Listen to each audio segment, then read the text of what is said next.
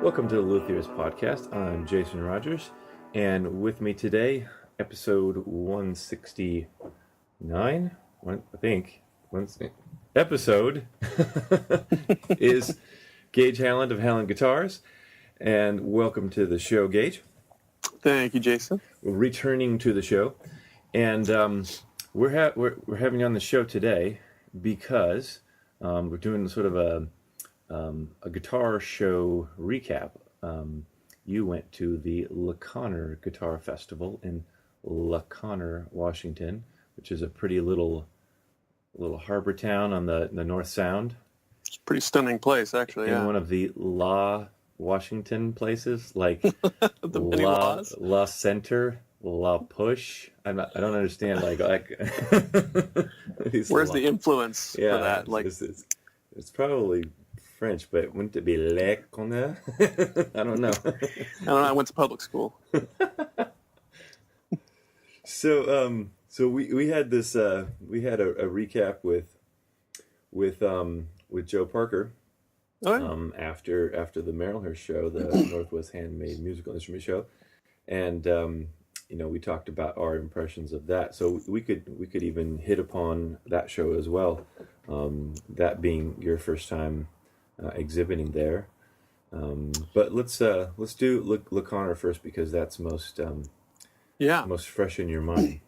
So go. How just sum up the whole just thing. Riff on it. Yeah. It was just as honestly, I think Merrillhurst was my first show. Period. Oh, really? Like exhibiting. Oh. And I only did that because my wife would have hurt me if she found out I turned Cindy down. So it's not my cup of tea to be in places like that.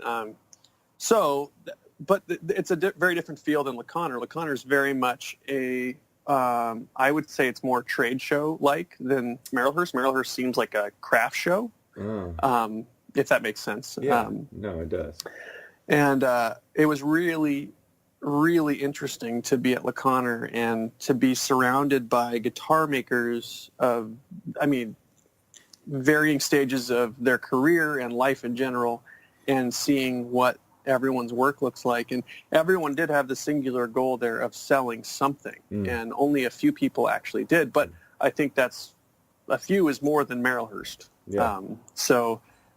It was, I got to see some makers I was not familiar with that kind of blew me away, and some people that I've known about and seen their work on Instagram, but seeing it in person, Instagram is generally photos of the best part of a guitar, or, it's not always reality. Yeah. And some of these guys, their photos suck because their guitars are astonishing in person. Oh, I'm glad you went that way. I thought you were going to go the other direction on that. No. These were clearly doctored photos because these scumbags are out here. No, the one in particular, Tim Frick, who builds archtops out of, I think he's in the Bay Area. I want to say Oakland. I could be wrong. Uh-huh. I've seen photos of his work online, and it's incredibly clean. And I just thought, that's, really clean work. And his guitar is the only guitar there that I desperately wanted to leave with. Oh, wow. But he had already sold it to someone in South Korea, and he insisted on sticking to that. So, but yeah, it was the full gamut of what I would say steel string acoustic guitars can run also, like from a very traditional sort of Martin-esque or Gibson design and sound up to modern. Sheldon Schwartz's guitars look different than everyone else's. And there was another builder from Quebec City, Luc, I'm going to butcher his name, Lebot, I think. I could be wrong, but design-wise, his guitars are gorgeous, and they have everything going for them, but they're a very, very modern guitar. So it was really cool to be there. Like I had my own preconceived prejudices against guitar shows, which we had discussed before. Yeah. And I can say that some of those were completely shattered, and I was very wrong. Oh, good. Yeah. There's nothing like being proven wrong. Yeah, So it's enjoyable. we were texting while you were up there, and I actually didn't know very much about the show, and from everything I saw on their social media feed, um, it pretty much looks like it is an exclusively acoustic not just a you know sound box guitar, but steel string of various types. Well, there was some um, classical Hmm. makers there, but predominantly, yeah, steel Yeah, string flat top. I mean, Tom Rebecki was there with an arch top. yeah. Brian Gallup had an arch top, and then Tim Frick, Steve Anderson, all Hmm. the arch top guys from around the area showed up Yeah, at yeah. least. But yeah, it seemed to be it leaned strongly towards the steel string flat top. And that may be part of the fact that Brent McElroy is the guy who founded the show with his wife, and he builds flat Hmm. tops. So um, there may be some sort of, it's a great format for steel strings. I mean, for a flat top guitar. It's to put all those instruments in the same place and you're not having to compete with banjos and all that. It became very like, why people are there. Yeah, They're yeah, not there to check yeah. out the handmade flutes. They're here to see guitars. um, do you know how long this show's been running then? I think last year was the first year. Okay, that because I mean I don't consider myself like particularly savvy about shows, but definitely I I know about our local shows and the Yeah. Tacoma show, and so when I hear people talking about Lacana, are you gonna be at Lacana? I'm like, what? What's that one? Yeah. And so it's cool to see that there are new shows popping up. I mean, even Yeah. I'm attending the Vancouver show, the one that Meredith Coloma Yeah. founded, and this is only going to be its second year. Yeah. So it's really cool to see that not only are there people who want to put on these shows, but there are sufficient people to attend them, um, Yeah. That and, and go I look was at that all was of my these in biggest one place. concern too. Yeah. It's like, Lacana, I've never heard of it. And you're going to have a guitar show there. And it's where? Right. But um, they start off the first day as a Friday afternoon, and it was sufficiently busy, but it's a Friday afternoon. Like, Yeah. people got to work. Yeah. Saturday was just nuts. Like, there Wow. was so many people that came through there. And, we had a couple guys walked up to the table, and we were just making conversation and asked them, like, oh, what brought you here? It's like, oh, we sailed over here from San Juan Islands for the guitar show. That's cool. It's like, you sailed in? Is there a cooler way to go to the guitar show? But yeah, I was a little worried about the draw, to be honest, because it's an hour-ish north of Seattle. Yeah. And that means that you have to get on I-5 in Seattle, which Hmm. I would avoid at any time. And Hmm. but yeah, there was, like I said, there was people that showed up. People bought guitars. So yeah, again, I don't think anyone casually throws together a guitar show. I don't think it's possible. Yeah. And I gotta say, as far as taking care of exhibitors and everything there, they just knocked it out of the park at Lacana. Cool.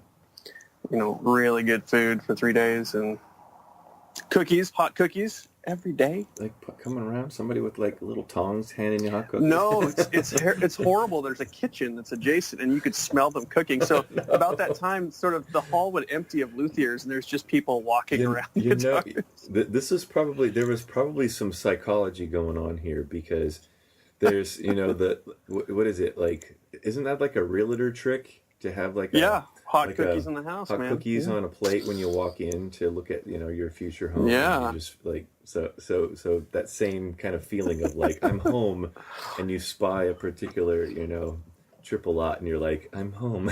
This is it. Yes. Yeah. No, it was. I don't know. Like I said, for it being my second show ever, but what I would consider my first serious like guitar show, Hmm.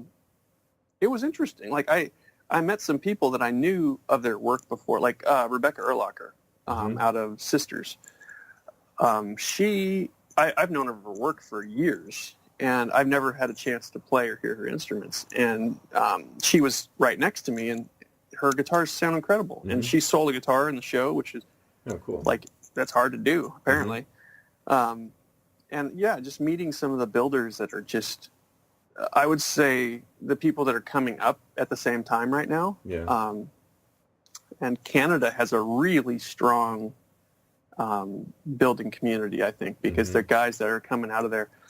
Almost all of them are just doing really, really quality work. So it was really cool to sit and just kind of experience that and talk to these guys and just see what different people think makes a great steel string guitar.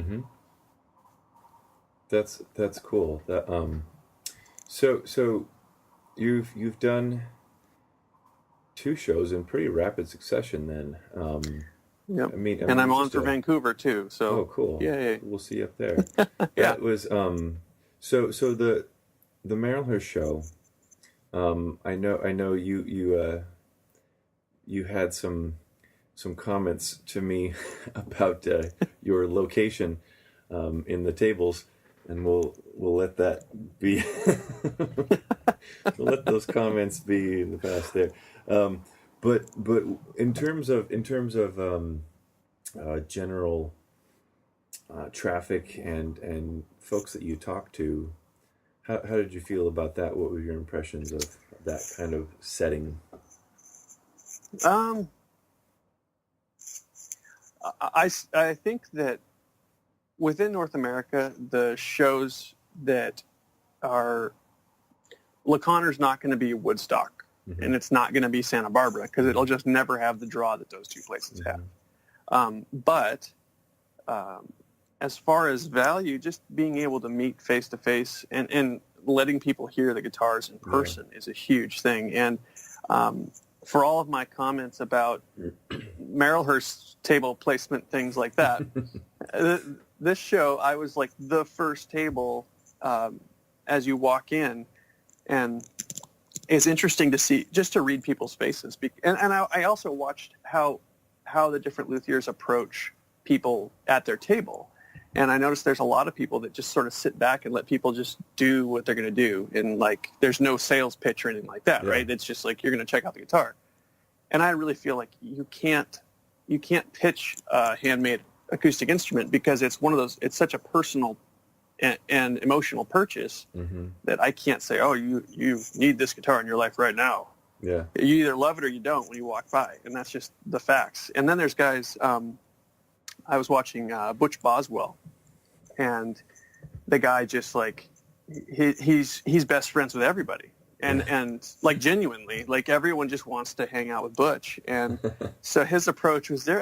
It was really interesting. And I had a guy next to me, Gypsy Raybear. He builds steel strings out of Vancouver, BC.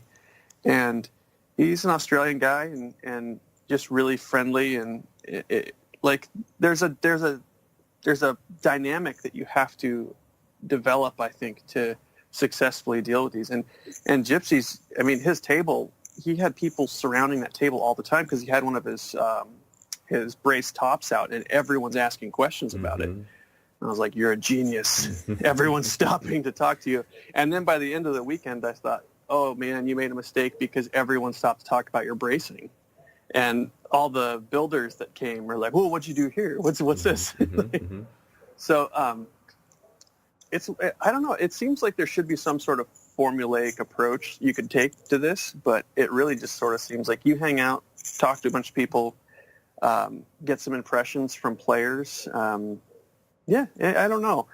I don't know what. I didn't have any expectations going into it, so I just thought if I show up and I leave with fewer guitars, great. Or I'll have more friends online, I guess. Yeah, I've not really. I mean, I think I've figured out some of my elevator speeches. Yeah. When it comes to my instruments, and a lot of people. I mean, obviously, doing multi-scale, that requires pretty much every interaction to be an explanation of what's going on here with the slanty. Do you know these are crooked? Yeah. I even had this one guy at the Marylhurst say, so does this play in tune? And I'm like, yep.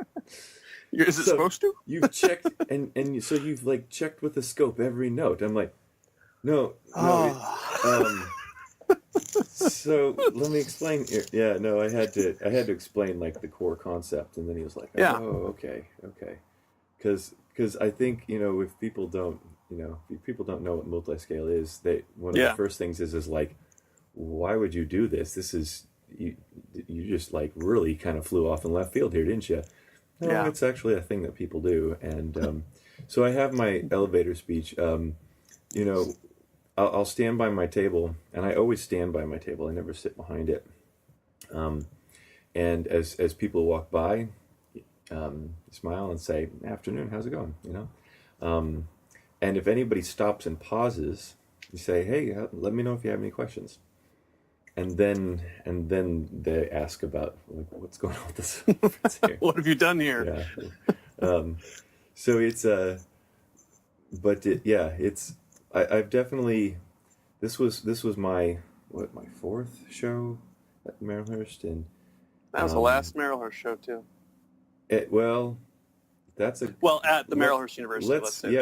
Let's release that here. So this last Thursday, Marylhurst University announced that they're closing after 100 years or more, and as a private university, they're closing. Enrollment has declined by like 50% in the last 4 years or something, and they just can't keep all of the. They have a lot of really specialized, very cool programs, but the unfortunate thing is like there's only like 2 people in every one. So it was the very first thing I did when I heard that was I emailed Cindy Burton and I said, "Did you hear that Marylhurst is closing?" And she replied, and she said yes, and that. So I think there's probably a lot of scrambling just within that coordinating committee to figure out what's up next. Whether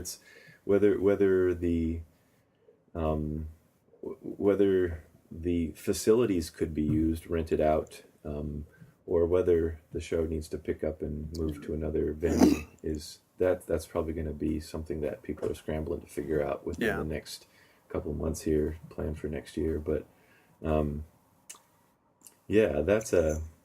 that's an interesting thing.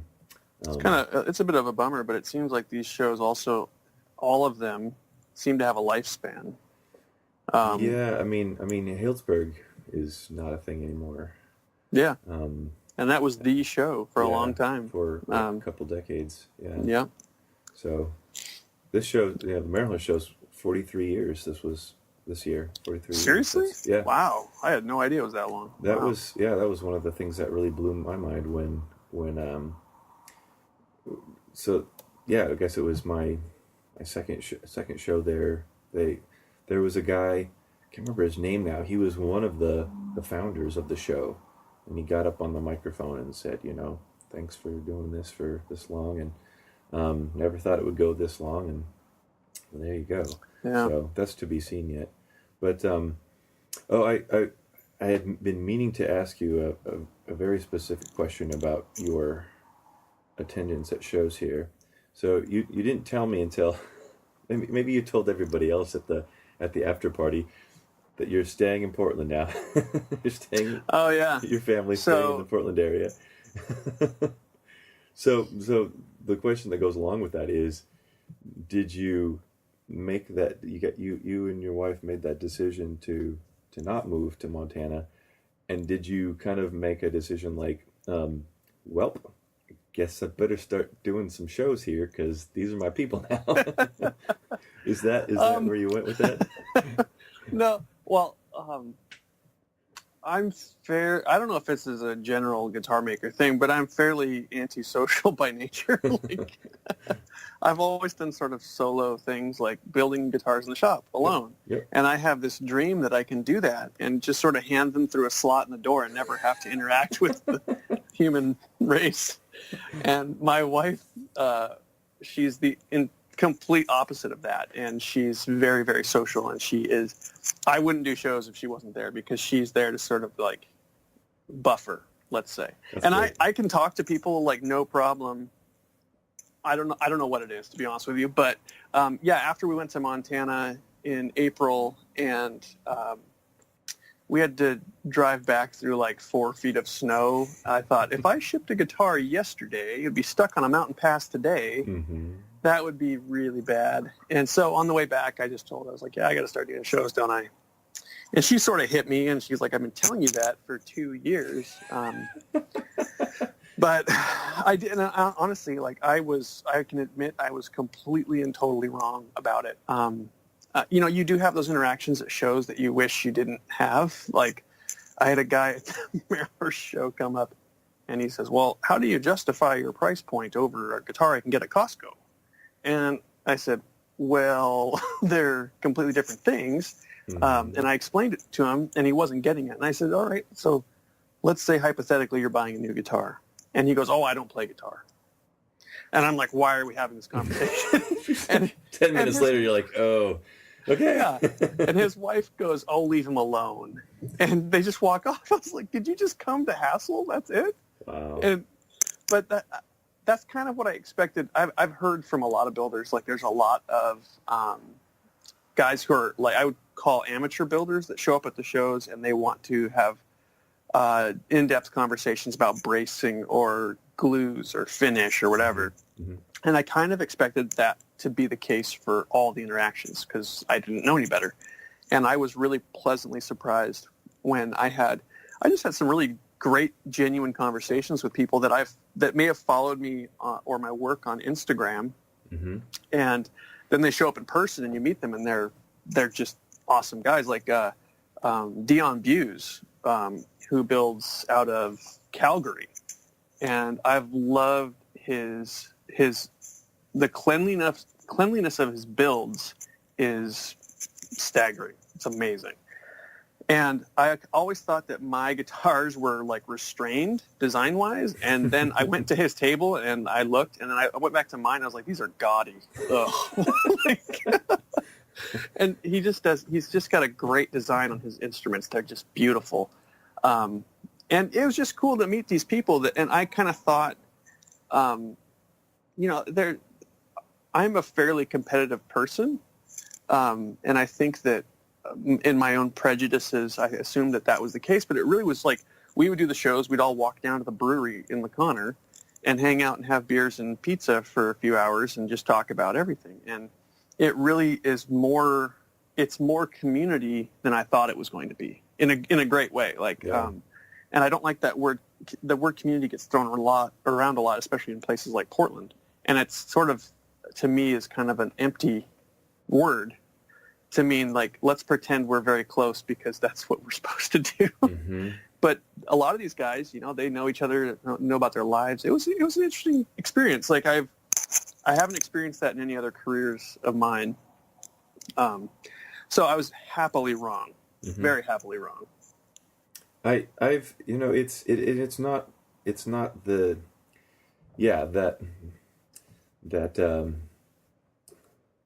that kind of almost forced community idea, mm-hmm. Where it's a feel good thing. It's, you know, this is especially like in Portland where, you know, yeah. it's the big city that feels like a small town. You know, it really comes down to the individual people. Mm-hmm. You know, because they're assholes in every community or collection of individuals. You know, when you do find those folks, and it doesn't even need to be like we build the exact same thing, or we are competitors, or we are whatever. You know, just when we went to the Horse Brass, you and I and Clayton, and we've sat there for 4 hours covering, drinking one beer, the poor waitress, and covering all the topics. I mean, that felt genuine. That felt, you know, we were hanging out, and the little gatherings I've had at our place after the Maryland show, it felt really good. And I think it's finding the right crew of people for that too. Because I did have a conversation with, did have a conversation with a local builder who is known for developing community, and I did not get a sense that I would be invited. And I was just like, okay then. Oh, hey, there's somebody at my table. So I gotta Yeah. run. So it really comes down to individual people and how they feel about either the inclusion or the exclusion, the cultivating of those kinds of things.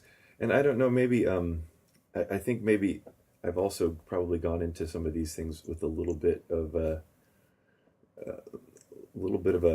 kind of a rosy glasses kind of perspective, where you know, because I spent a lot of time in my early days, my early interest of Lutheran forums, where there was a lot of kind of camaraderie, and I've met some of those people. You know, Lauren Schulte I met through forum, and I expected, like, oh, it's just like that everywhere, but you know, you find assholes. It's usually the opposite, though, isn't it? That everyone's friendly in person and they tear each other apart on the forums. Sometimes. Yeah, I think that, well, for me, I can say with certainty, especially, well, I should say, not especially, but I really realized after the Maryland show when we were at your place, and there's Jason Bowerman and myself and Joe Parker and you and Kevin, guitar player from Hood River, and there's probably more people, but I don't remember everyone. But that everyone, the shortcoming and all that is always me and my own perceptions, like my own expectations. Like I always walk away and go, wow, I was so wrong about what this is going to be like. And I think that in what I've noticed in Portland is that there's the old guard of guitar makers, and if you're not a known entity to them, you're an amateur builder, regardless of the fact that you do it full time, or how many sales you have, or what your waiting list is like. So I think that just because we have a community of guitar makers in Portland, it does not mean that it's one community. And after meeting you and Paul, through you two, I've been introduced to a lot of other builders, I would say of the same age, or at least the same generation of builders. And the big difference for us, I think, is the fact that we're all struggling with the exact same goal right now, and the same struggle is just to make a name for yourself, produce quality instruments, and somehow buy groceries in Portland.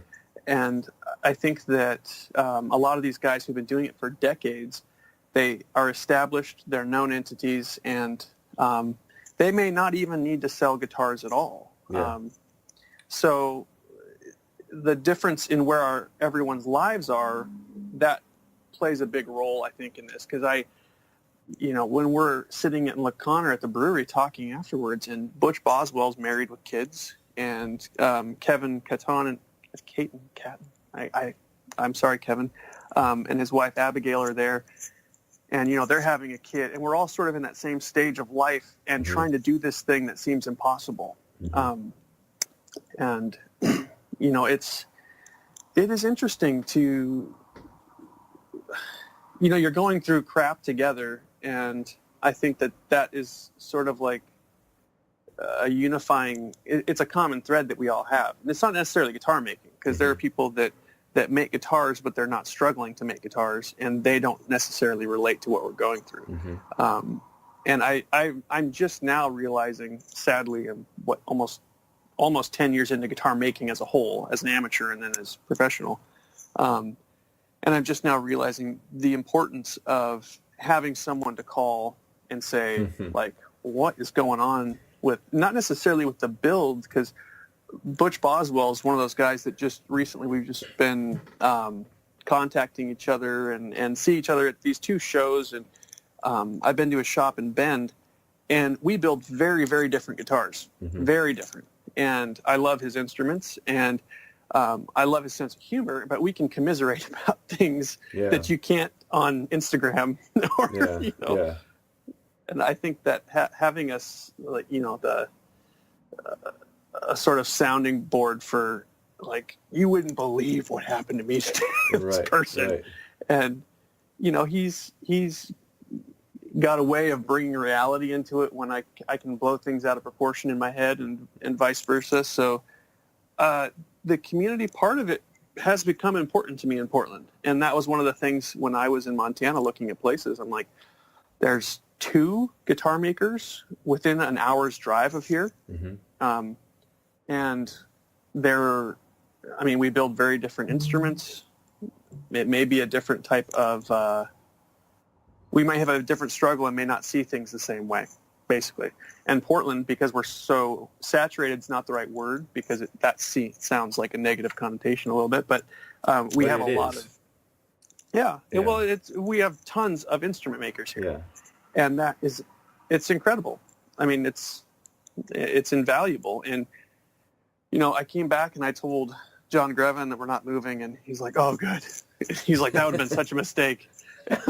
Now you tell me. Tell me before I go over there. But yeah, it was interesting. And, if I can veer away from community for a second, one of the things that sort of cattails into it, but one of the things that I thought of a lot at LeConner is that we are a community that's essentially unregulated, in the sense that anyone can call themselves a guitar maker if you're making guitar. Yeah. And I had a guy introduce himself to me as a guitar maker, and the more we chatted and talked for a long time, the more I realized that he's not a professional guitar maker. He's retired. And I said, well, how many guitars have you made? He goes, well, I've been working on the same one for 30 years. And I was like, okay. But that was a sort of spark that kind of threw me into looking at, I've heard people talk about how Lutherie needs a guild system, mm-hmm. where we, as a collective, there's a standard that we have to represent in mm-hmm. order to consider ourselves professional luthiers. Mm-hmm. And it just doesn't exist. Yeah. And there's a lot of really fine instrument makers out there, and that fits a niche that people are asking for, I guess. There's also a lot of what I would say are hobby builders with budgets. I saw some stuff that, instruments that are completely unplayable. Like quarter-inch action. Yeah. Things like that. And I thought, man, I was talking with Eric of Skytop Guitars, and he's very outspoken. He'd be a great interview, by the way. But he says, we pay money to be at a show like this, and then you have to compete with someone who has no business being here. Mm-hmm. And that's not like an attack on those people, but it is a dose of reality. Like you have to have that critical eye for your work to say, this is good enough or it's not. And there's some people that are not doing that. Mm-hmm. And the rest of us, that's a table that could have gone to somebody who is absolutely trying to make a living at this, and they put quality work out, but they didn't sign up in time mm-hmm. to do that show. And so I thought, as a whole, our community would serve itself to have some sort of regulating. Sounds like a bad term. That's anti-American right there. Yeah, I know. But like some sort of standard by which, right. And I heard with Healdsburg, they were talking about how you had to be building for this many years or this many instruments or have a wait list of this or whatever. Huh. And that's not necessarily the standard to me, because there are guys that used to build 1 million guitars a year, and now they don't want to. They only want to build 1 or 2. Mm-hmm. Does that mean that they don't deserve to be in it? Mm-hmm. But it was really interesting to see this community of guys. And a number of these luthiers are staying together, and they left the show on Sunday, and they had this like round table where they basically picked apart each other's work. So they would all sort of raise everyone's standard at the same time, which I thought was a really brilliant idea. And it's also really hard to do, I imagine. They didn't invite me, but I think that would be a hard thing to do, but I think it's a necessary thing when you see online or you see online and then you see in person, the quality of a lot of this work is just not. If it's not better than factory, what's the point? Mm-hmm. And I don't believe that, it's like that because it's handmade is not an okay. Mm-hmm. That's not an okay excuse. But that's a little rant. Sorry. No, that's I think that's really, it's getting at the it's getting at the heart of how people go through the various levels and steps and epics and stages of their development as builders, and how that intersects with reality. Yeah. and how that intersects with the market that's out there, and what are the expectations, what are the demands.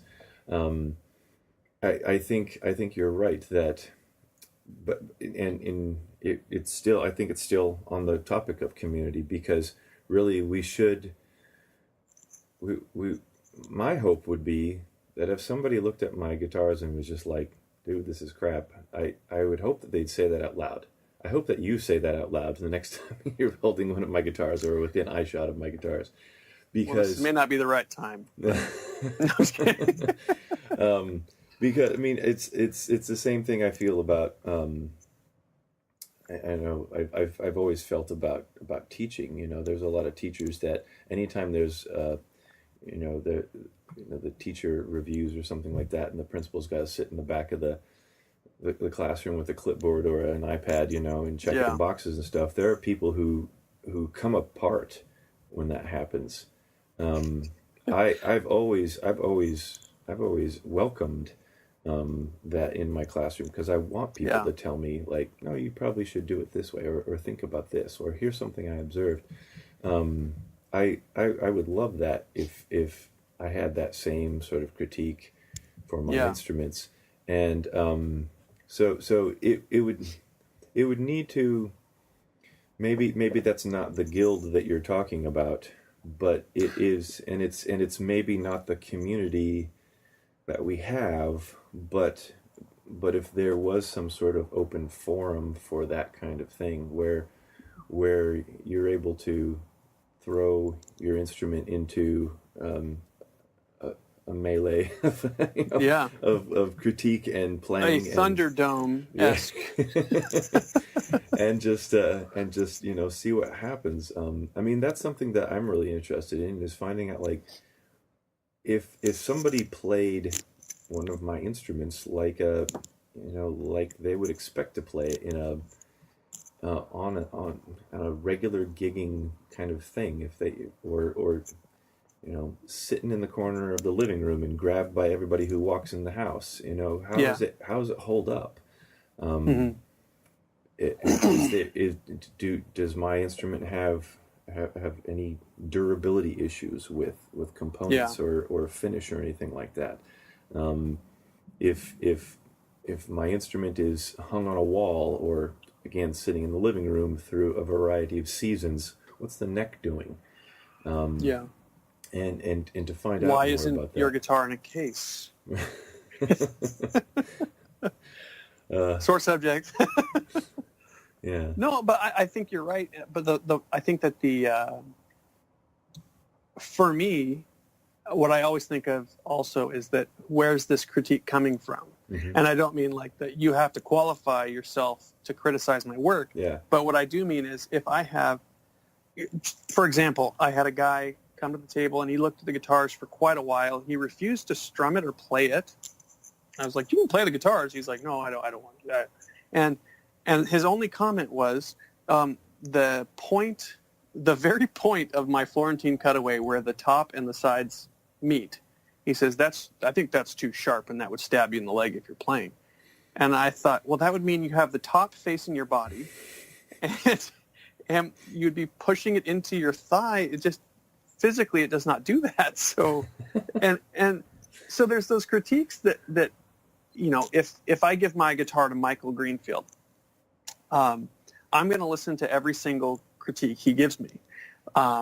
for a couple of reasons. One being that he is my mentor, and I know his work, and I know that that's what I strive towards. Mm-hmm. Two, because he's my mentor, he knows, I genuinely feel he's got my best interests in mind. Mm-hmm. I don't think that he's trying to sabotage my work. And I'm not suggesting that it shows people are walking and doing that.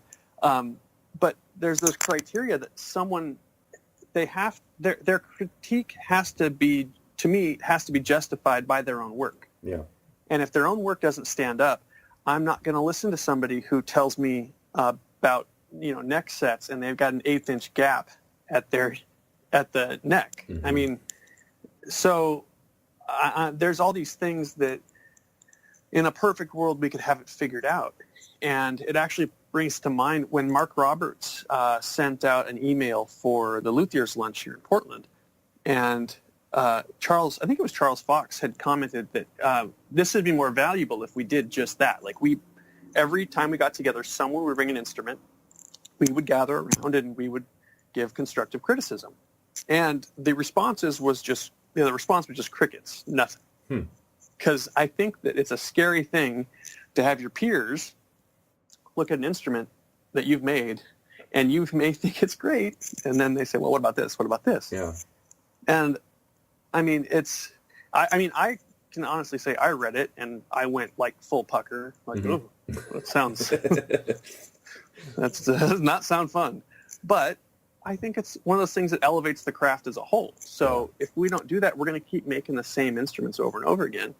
And I mean, if I make a multi-scale guitar, I'm going to bring it to you and go, what do you think? Because you're the multi-scale guy.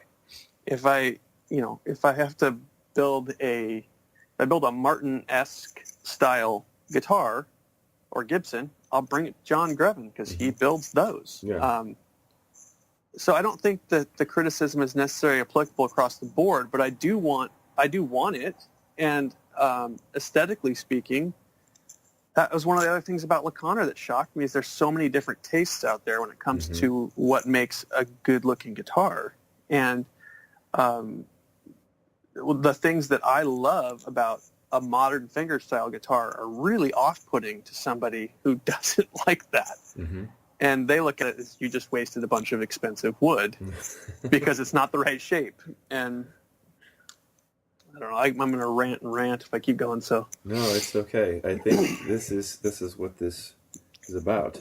I've been thinking in conversations that I've had with people, with you and with Joe and Clayton and other builders.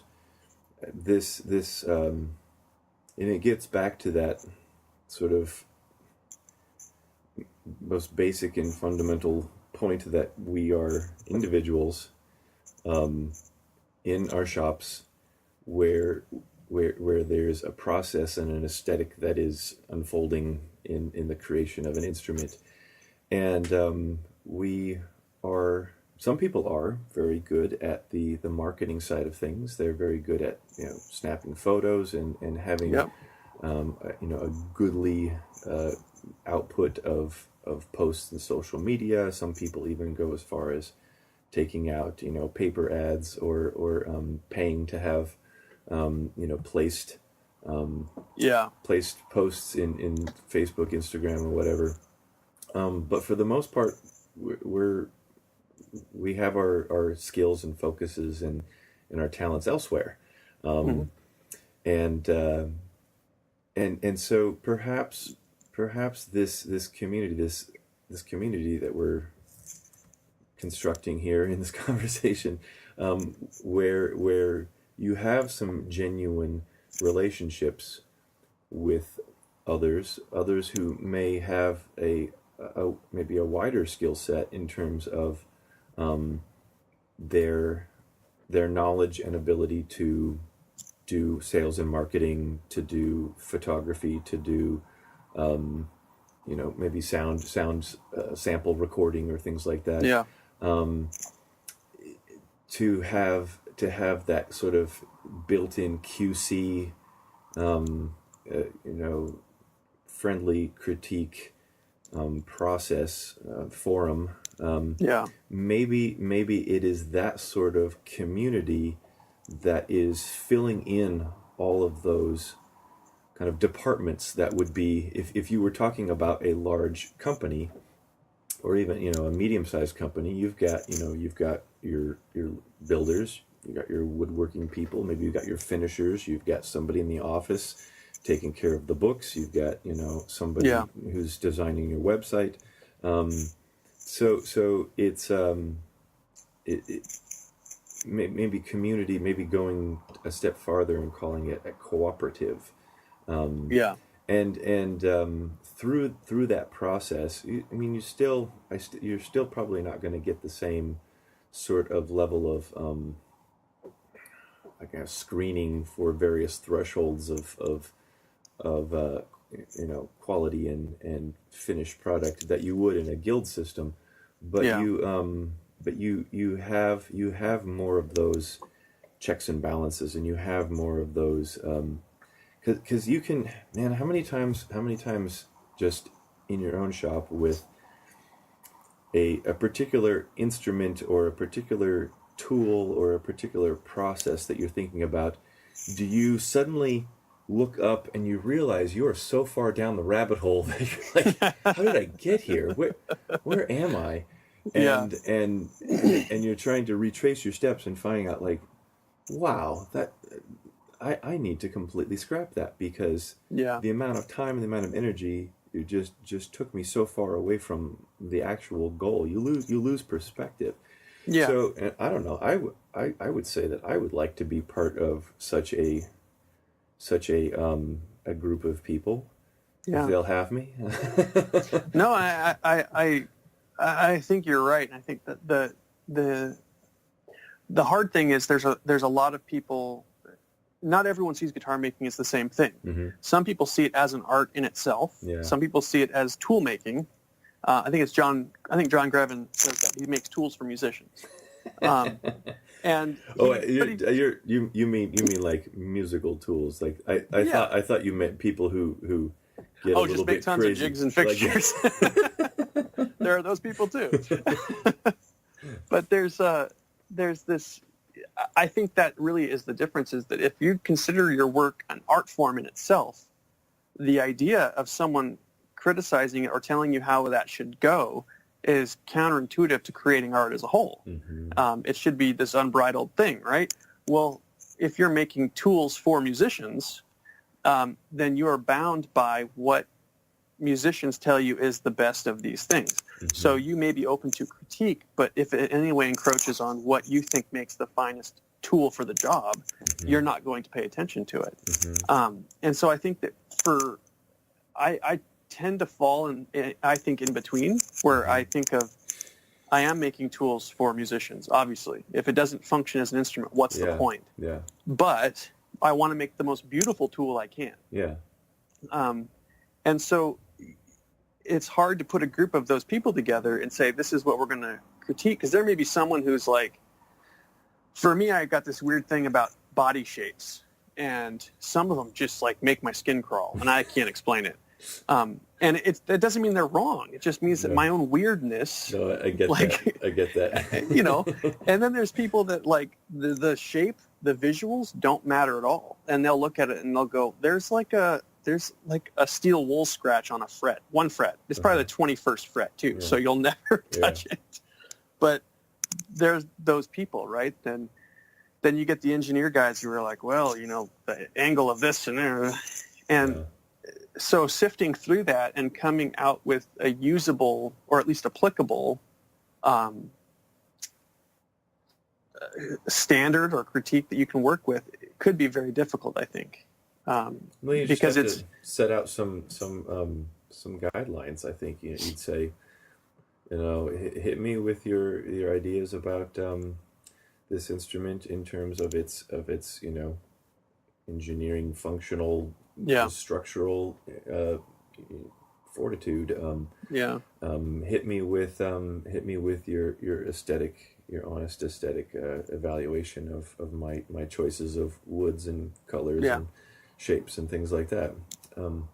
I think there are ways to set up Because you're right. You might be able to present your instrument to somebody, and they might say, your vision for this instrument is perfect. It's gorgeous, but I have really serious misgivings about the longevity of the neck construction. Yeah. That those are and those are very, they're obviously linked, but they're different considerations. If you've and for a builder to say, I've spent so much time working on this artistic vision of this, but I've perhaps failed or been distracted in the construction methods. You need to back up and reconsider process, and that's something that I find myself doing a lot, is just reconsidering. It's like, well, this end result, it's okay, but if I go back 10 steps, that's where I need to fix that, and make it better. Well, and there's there's a different, I don't know if different mindset's the right word. Well, for example, I was talking to Eric at Skytop, and we were talking about hours in a guitar, which is a horrible thing to add up. Don't ever add that up. Yeah. And I did that, and I'm about 350 hours into each guitar. Uh-huh. And Eric looked at me and he said, that's effing nuts. Yeah. He goes, I'm 60 hours into a guitar. And I'm like, It's all your damn miters, man. I know. That's I got to figure out how to just plastic dip the guitar and not worry about it. But I think that Eric makes a guitar for musicians, like working, gigging musicians, and I'm trying to make.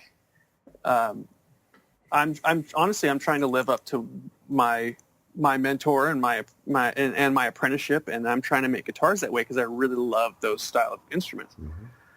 Now, if Eric looks at my guitars, he's going to go, "There's too much stuff going on," because he sees time, right? He's a smart businessman. He sees time in all these things, and I look at it and I go, "Yeah, but you could put a miter here. Looks beautiful, and without it, there's something missing."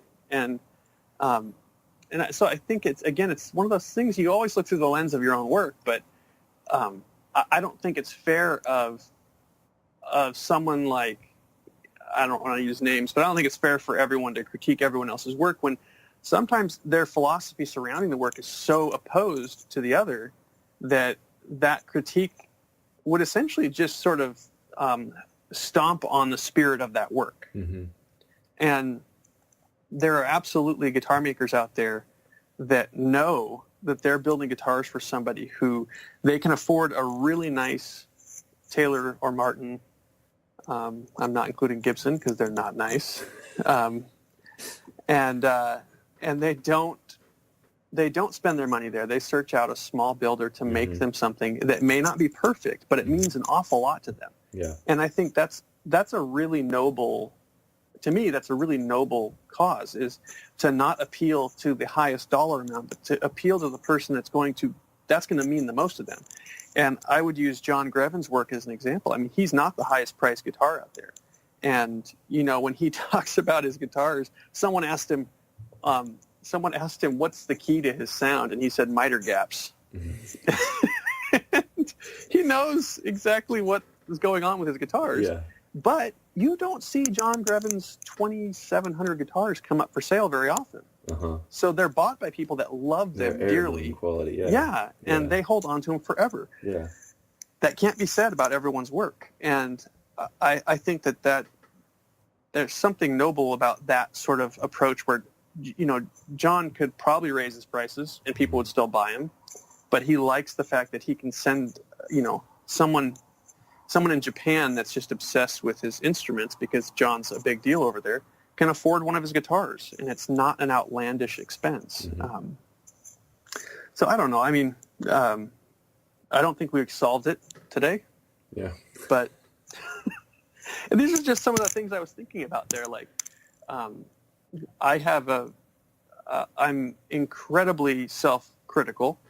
but I also can be critical of other people's work and I don't, not in a negative way. I don't look at someone's work and go, oh, that's awful. But like, I see something that I wouldn't allow out of my shop because it would drive me crazy. Not because anyone else would ever notice it, but because my stupid, like, neurotic OCD-ness goes, oh, all the planes are going to fall out of the sky if we don't fix that. And I think that I don't think that is necessarily a positive contribution to guitar making, is to have that critical look at everyone's instruments. And that like I said, I saw instruments all weekend at LeConner that just kind of blew me away. I mean, Tim Frick's guitars, I'm not an archtop player by any means. And the fit and finish, he's a hand tools only kind of guy. And they're so tastefully designed and executed, and they sound amazing. And there was another archtop there built by Tom Rebecki's apprentice. His name's Tyler. And the style isn't my taste, but the sound was incredible. Just a fantastic, I mean, and it's a thin-bodied archtop that I believe he did sell that during that weekend. But it was one of those that the sound was just fantastic. And so it's one of those things, like I would, even though Tyler's guitars visually aren't to my taste, I would probably spend money on that guitar because it sounded so good. And Tim Frick's just happened to have everything, and the jerk sold it to someone else. So opportunity lost. Yeah. And I did get stuck's not the right word, but I got placed next to Nate Wood of Stamen Guitars down in Springfield. And the problem with being next to Nate is you spend all of your time laughing and you don't get to talk to people. It's every word out of his mouth is hilarious. And my wife kept elbowing me like, you need to talk to these people. I'm like, all right, fine. But yeah, all in all, it was, I mean, Jamie Stillway was there. She did a demo on my instruments and, my instruments and Linda Manzers, I believe, and cool. Megan Wells. And her playing, someone came up after and they're like, were you upset? I was like, no, I'm like watching it. My brain was like sizzling, trying to figure out how she does that. Did you have like some kind of like funny screwed up face? Yeah, no, my wife's like, you look really pissed. I'm like, no, I'm like intensely focused on what she's doing. And then Tony McManus was there. Paul Aspel was there playing. Like some really great players showed up and did demos and stuff. And I didn't get to, there was also sort of a panel forum with a number of what I would consider like the old guard of guitar building. Charles Fox, Brian Gallup, Tom Rebecki. I believe Jason Verlinde from Fretboard Journal was also on that panel, but I didn't get to hear them do that. But yeah, I think that it was a good mix of it was put together in a way that was appealing for people who may not be interested in guitars, but they happen to be, coming through, and it's a really amazing thing to see all this handmade stuff. And then it was really well catered to those people who are actually showing up to look at a handmade instrument to possibly purchase. And they had a quiet room with 3 soundproof booths that you could actually go play in, which, every other guitar show should have that. But it was, all in all, I think it was really well put together. And I don't know. I in all my experience at shows, last 2, that it was a completely different feel than Merrillhurst, and it was neither of them are better or worse in any way. It's just they're just different, and Well, cool. Well, I appreciate you getting up early with me here and putting on the headphones and Skyping it up. But that's right about an hour, so that's perfect for what we do for an episode. I really appreciate your thoughts this time, Gage. I mean, as always, I did some. I used to keep telling Paul, like, yeah, that time I had that beer with Clayton and Gage. I got 15 minutes worth of recording, but we were there for 4 hours. I should have recorded the whole damn thing. Because you have good perspective, and I think you're in a good place with not only with your work, but your your education and your experience, and the things that you've said here have really kind of connected some dots and tied some things together that I've been thinking about in conversations that I've had with other people, where we've kind of maybe not come to any solid conclusions. No resolutions today. Yeah, no resolution. Yeah, but this is, whether or not that we have solved the world's problems here. I don't think that's important. I think it's the point that these types of conversations do happen, and going to sometimes uncomfortable places when it comes to talking about what it means to have products in the world for people to buy, and the process and the decisions that go into that. So I guess we'll see you around town, because I can do that now. Yeah, not going anywhere.